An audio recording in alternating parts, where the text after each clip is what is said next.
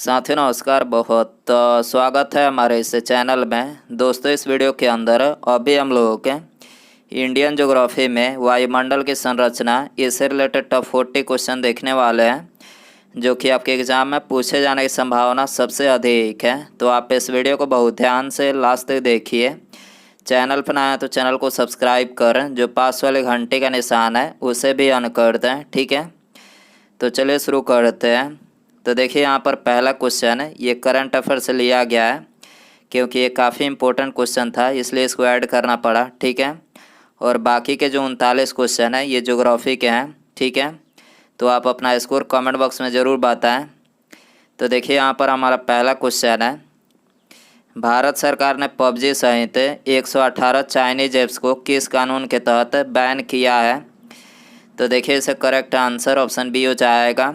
धारा 69(a) के अंतर्गत जो है ये केंद्रीय सूचना प्रौद्योगिकी मंत्रालय ने पबजी सहित 118 चाइनीज ऐप्स को बैन किया है, ठीक है। इसके अलावा जो टिकटॉक बैन हुआ था वो भी इसी कानून के तहत बैन हुआ था, ठीक है। क्वेश्चन नंबर 2 है, पृथ्वी के वायुमंडल का कितना प्रतिशत भाग 29 किलोमीटर की ऊंचाई तक पाया जाता है। तो देखिए इसे करेक्ट आंसर ऑप्शन डी हो जाएगा।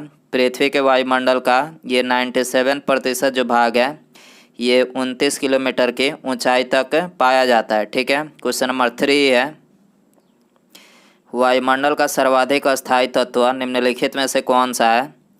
तो देखिए इसे करेक्ट आंसर ऑप्शन डी हो जाएगा। जलवाष्प जो है ये वायुमंडल का सर्वाधिक अस्थायी तत्व है, ठीक है। क्वेश्चन नंबर 4 है, वायुमंडल में सर्वाधिक मात्रा में निम्नलिखित में से कौन सी गैस पाई जाती है। तो देखिए इसे करेक्ट आंसर ऑप्शन सी हो जाएगा। नाइट्रोजन जो है वायुमंडल में सबसे अधिक मात्रा में 78% पाई जाती है, ठीक है। उसके बाद ऑक्सीजन ये 21% पाई जाती है, और उसके बाद कार्बन डाइऑक्साइड जो है ये 0.03% पाई जाती है, ठीक है। क्वेश्चन नंबर 5 है, वायुमंडल में सर्वाधिक मात्रा में विद्यमान अक्रिय गैस कौन सी है। तो देखिए इसे करेक्ट आंसर ऑप्शन ए हो जाएगा। आर्गन जो है ये वायुमंडल में सर्वाधिक मात्रा में विद्यमान अक्रिय गैस है, ठीक है। इसके अलावा आर्गन वायुमंडल में कितनी प्रतिशत पाई जाती है। तो देखिए वायुमंडल में ये 0.93% जो है पाया जाता है, ठीक है। क्वेश्चन नंबर 6 है, वायुमंडल मुख्यतः गर्म होता है। तो देखिए इसे करेक्ट आंसर ऑप्शन बी हो जाएगा। पृथ्वी से विकिरण द्वारा, ठीक है। वायुमंडल मुख्यतः किसके द्वारा गर्म होता है। तो ये पृथ्वी से विकिरण के द्वारा जो है गर्म होता है, ठीक है। क्वेश्चन नंबर 7 है, निम्नलिखित में से कौन सा युग्म वायुमंडल की गैसों की बढ़ती मात्रा को दर्शाता है। तो देखिए इसे करेक्ट आंसर ऑप्शन ए हो जाएगा। ये वायुमंडल की बढ़ती मात्रा को दर्शाता है, ठीक है। सबसे कम जो है ओजोन है, उसके बाद कार्बन डाइऑक्साइड है, उसके बाद ऑक्सीजन, और सबसे अधिक जो है नाइट्रोजन है, ठीक है। ये बढ़ती मात्रा को दर्शाता है, ठीक है। क्वेश्चन नंबर 8 है, निम्नलिखित में से कौन सी गैस ग्रीन हाउस प्रभाव के लिए उत्तरदायी है। तो देखिए इसे करेक्ट आंसर ऑप्शन बी हो जाएगा। CO2 यानी कार्बन डाइऑक्साइड जो गैस है ये ग्रीन हाउस प्रभाव के लिए उत्तरदायी है, ठीक है। क्वेश्चन नंबर 9 है, सूर्य के तीव्र किरणों द्वारा झुलसने से वायुमंडल की कौन सी गैस हमारी रक्षा करती है। तो देखिए इसे करेक्ट आंसर ऑप्शन सी हो जाएगा। ओजोन परत जो है ये सूर्य के तीव्र किरणों द्वारा झुलसने से हमारी रक्षा करती है, ठीक है। क्वेश्चन नंबर 10 है, पृथ्वी के वायुमंडल में पाई जाने वाले निम्नलिखित गैसों का सही अवरोही क्रम कौन सा है। तो देखिए अवरोही का मतलब होता है घटते क्रम में, यानी सबसे अधिक उससे कम, इस तरह से करके आपको इसमें बताना है। तो देखिए ये तो बता ही चुके हैं कि सबसे अधिक नाइट्रोजन 78% पाई जाती है, उसके बाद ऑक्सीजन 21%, उसके बाद आर्गन, उसके बाद कार्बन डाइऑक्साइड, और उसके बाद जो है सबसे कम नियॉन, ठीक है। तो यहाँ पर सी करेक्ट हो जाएगा। 1, 3, 4, 2 और 5, ठीक है। क्वेश्चन नंबर 11 है, भूपृष्ठ से परावर्तित और रक्त विकिरण के अवशोषण द्वारा भूवायुमंडल के तापमान में वृद्धि की प्रक्रिया को निम्नलिखित में से क्या बोला जाता है।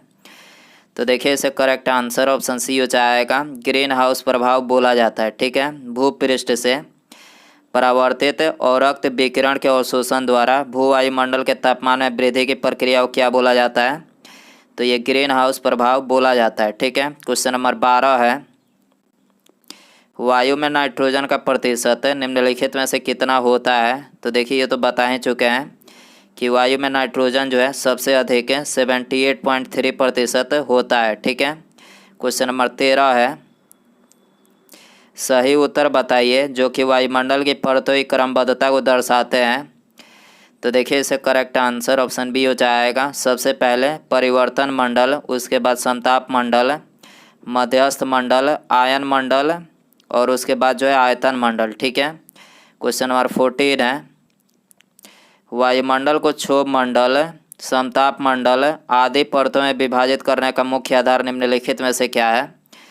तो देखिए इसका करेक्ट आंसर ऑप्शन ए हो जाएगा, तापमान है। ठीक है। वायुमंडल को क्षोभ मंडल, समताप मंडल आदि परतों में विभाजित करने का मुख्य आधार क्या है? तो ये तापमान है। ठीक है।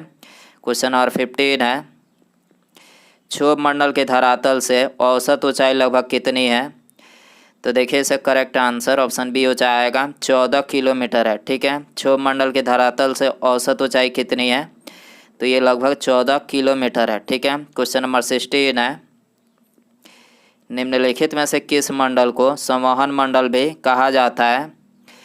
तो देखिए इसे करेक्ट आंसर ऑप्शन ए हो जाएगा, क्षोभ मंडल को जो है ये संवहन मंडल भी कहा जाता है। ठीक है। क्वेश्चन नंबर 17 है, निम्नलिखित में से किस ऋतु में क्षोभ मंडल की ऊंचाई में वृद्धि हो जाती है? तो देखिए इसे करेक्ट आंसर ऑप्शन बी हो जाएगा, ग्रीष्म ऋतु में जो है ये क्षोभ मंडल की ऊंचाई में वृद्धि हो जाती है। ठीक है। क्वेश्चन नंबर 18 है, क्षोभ मंडल के धरातल से अधिकतम ऊंचाई कितनी है? तो देखिए इसे करेक्ट आंसर ऑप्शन डी हो जाएगा, 18 किलोमीटर है। ठीक है। क्षोभ मंडल के धरातल से अधिकतम ऊंचाई कितनी है? तो ये 18 किलोमीटर है। ठीक है। क्वेश्चन नंबर 19 है, निम्नलिखित में से किस वायुमंडलीय परत को मौसमी परिवर्तन के छत के नाम से जाना जाता है?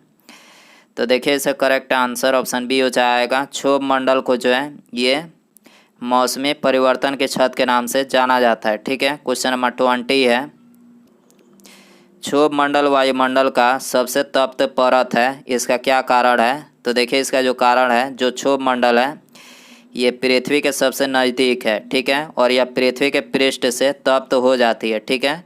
तो ऑप्शन सी यहाँ पर करेक्ट हो जाएगा। अगला क्वेश्चन देखिए, क्वेश्चन नंबर 21 है, क्षोभ मंडल एवं समताप मंडल के बीच स्थित संक्रमण क्षेत्र को क्या कहा जाता है?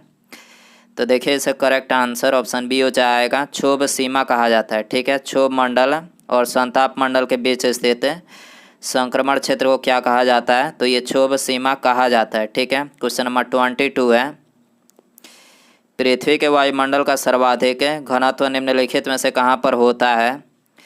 तो देखिए इसे करेक्ट आंसर ऑप्शन ए हो जाएगा, क्षोभ मंडल में होता है। ठीक है। पृथ्वी के वायुमंडल का सर्वाधिक घनत्व कहाँ पर होता है?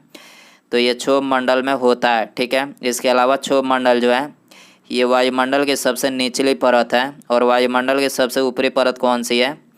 तो ये बहिर्मंडल है। ठीक है। क्वेश्चन नंबर 23 है, विविध जलवायु एवं मौसम दशाओं को बदलने वाले सभी महत्वपूर्ण वायुमंडलीय प्रक्रियाएं कहाँ पर घटित होती है? तो देखिए इसे करेक्ट आंसर ऑप्शन डी हो जाएगा, क्षोभ मंडल में घटित होती है। ठीक है। विविध जलवायु और मौसम दशाओं को बदलने वाले सभी महत्वपूर्ण वायुमंडलीय प्रक्रियाएं कहाँ पर घटित होती है? तो ये क्षोभ मंडल में घटित होती है। ठीक है।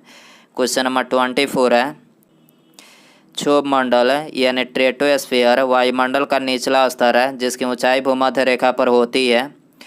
तो देखिए इसे करेक्ट आंसर ऑप्शन ए हो जाएगा, इसकी ऊंचाई भूमध्य रेखा पर ये 10 मील तक होती है। ठीक है।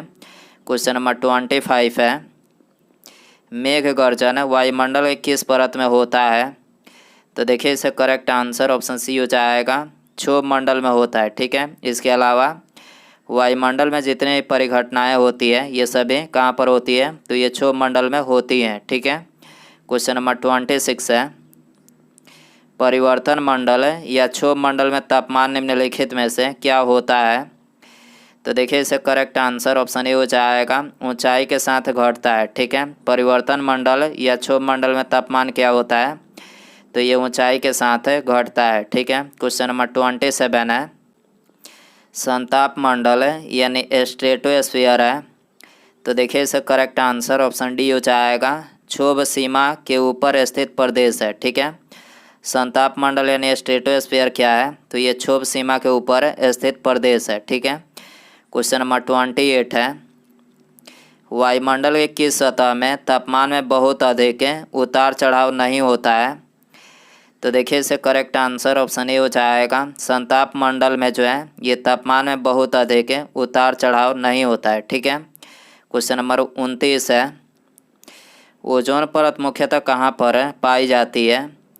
तो देखिए इसे करेक्ट आंसर ऑप्शन सी हो जाएगा, ओजोन परत जो है ये मुख्यतः समताप मंडल में पाई जाती है। ठीक है, क्वेश्चन नंबर 30 है, निम्नलिखित में से कौन सी वातावरणीय परत सूर्य की पराबैंगनी किरणों को अवशोषित कर लेती है। तो देखिए ये तो बता ही चुके हैं कि ओजोन मंडल जो है ये सूर्य की पराबैंगनी किरणों को अवशोषित कर लेती है। ठीक है, क्वेश्चन नंबर 31 है, समुद्र तल पर औसत वायुदाब निम्नलिखित में से कितना होता है।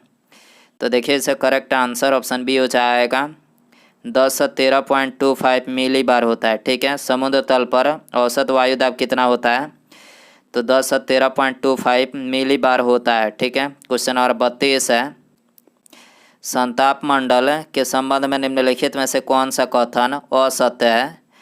तो देखिए इसे करेक्ट आंसर ऑप्शन बी हो जाएगा, संताप मंडल की सीमा आयन मंडल से मिलती है। तो ये कथन जो है बिल्कुल गलत है, क्योंकि संताप मंडल की सीमा जो है आयन मंडल से नहीं मिलती है। ठीक है, और बाकी के ये 3 ऑप्शन करेक्ट हैं।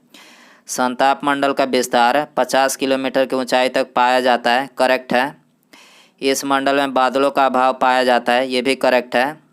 इस मंडल में धूल कण और जलवाष्प की मात्रा काफ़ी कम होती है, तो ये भी करेक्ट है। ठीक है, तो यहाँ पर ऑप्शन बी करेक्ट हो जाएगा। ठीक है, अगला क्वेश्चन देखिए, क्वेश्चन नंबर 33 है, पृथ्वी के समीप पाई जाने वाली वायुमंडलीय परत निम्नलिखित में से क्या कहलाती है।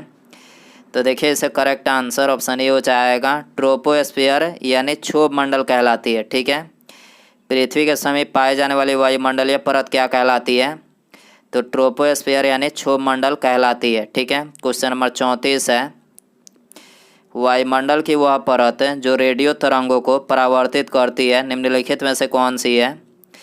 तो देखिए इसे करेक्ट आंसर ऑप्शन ए हो जाएगा, आयन मंडल जो है ये रेडियो तरंगों को परावर्तित करती है। ठीक है, क्वेश्चन नंबर 35 है, संचार उपग्रह निम्नलिखित में से किस वायुमंडलीय स्तर में स्थित होते हैं। तो देखिए इसे करेक्ट आंसर ऑप्शन बी हो जाएगा, आयन मंडल में स्थित होते हैं। ठीक है, संचार उपग्रह किस वायुमंडलीय स्तर में स्थित होते हैं, तो ये आयन मंडल में स्थित होते हैं। ठीक है, क्वेश्चन नंबर 36 है, वायुमंडल में ओजोन स्तर के अवक्षय के कारण निम्नलिखित में से कौन सा रसायन है।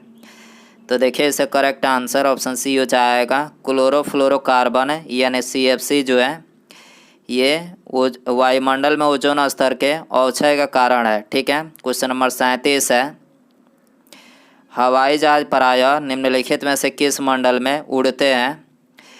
तो देखिए इसे करेक्ट आंसर ऑप्शन बी हो जाएगा, समताप मंडल में उड़ते हैं। ठीक है, हवाई जहाज कहाँ पर उड़ते हैं, तो ये समताप मंडल में उड़ते हैं। ठीक है, क्वेश्चन नंबर 38 है, पृथ्वी की सतह से सबसे दूर वातावरणीय परत को निम्नलिखित में से क्या बोला जाता है। तो देखिए ये तो बता ही चुके हैं कि पृथ्वी से सबसे दूर जो है ये बहिर्मंडल पाया जाता है, और पृथ्वी के सबसे नज़दीक ये क्षोभ मंडल पाया जाता है। ठीक है, क्वेश्चन नंबर 39 है, वायुमंडल के किस भाग में जलवाष्प की कुल मात्रा का 90% भाग जो है विद्यमान रहता है।